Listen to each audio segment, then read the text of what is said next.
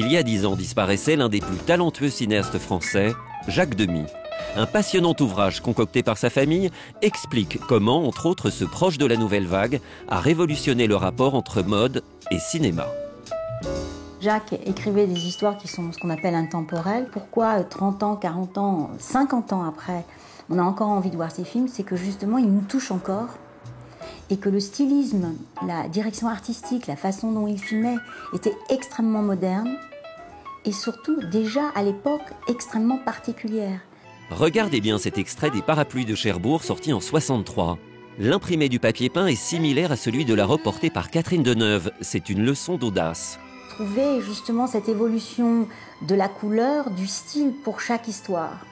Et en même temps, de ne pas être collé à la mode, parce que si vous êtes trop collé à la mode, vous vous démodez. Et en même temps, toujours d'essayer de s'inspirer de l'époque dans laquelle on vit ou dans laquelle il place l'histoire.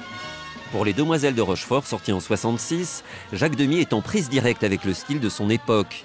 La mode descend dans la rue, c'est l'invention du prêt-à-porter. Les couleurs sont sublimées par le Technicolor. Demy a fait repeindre une partie de la ville. Rosalie Varda, sa fille adoptive, appliquera 18 ans plus tard dans Une chambre en ville, une direction artistique tout aussi délicate. La boucle d'oreille a été choisie, la coiffure, j'ai fait des essais, j'ai dessiné la sandale avec la languette derrière qui part, parce que j'aimais l'idée de la sandale avec un manteau de vison, j'aimais l'idée du bruit de la sandale. La chaussure, quand elle a une languette derrière, le pied est moins tenu, donc le bruit sur le sol, il est différent. Il a une espèce de petit cliquetis comme ça, qui amène quelque chose au personnage. Le vêtement est vecteur d'émotion. Chez Demy, c'est l'expression d'une pudeur, d'une retenue.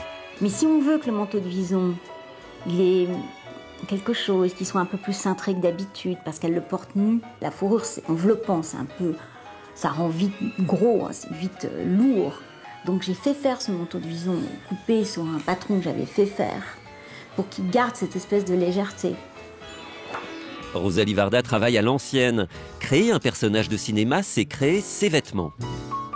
Et Jacques aimait ça, car il aimait la mode. Il était absolument au courant de toutes les tendances, que ce soit de la mode, que ce soit de la musique, que ce soit de la peinture. Il a toujours été ce qu'on appelle au dernier degré de la fashion connaissance. Pour Podane, en 70, l'inspiration venait de La Belle et la Bête de Cocteau, un conte de fées horrible, du pur Demy.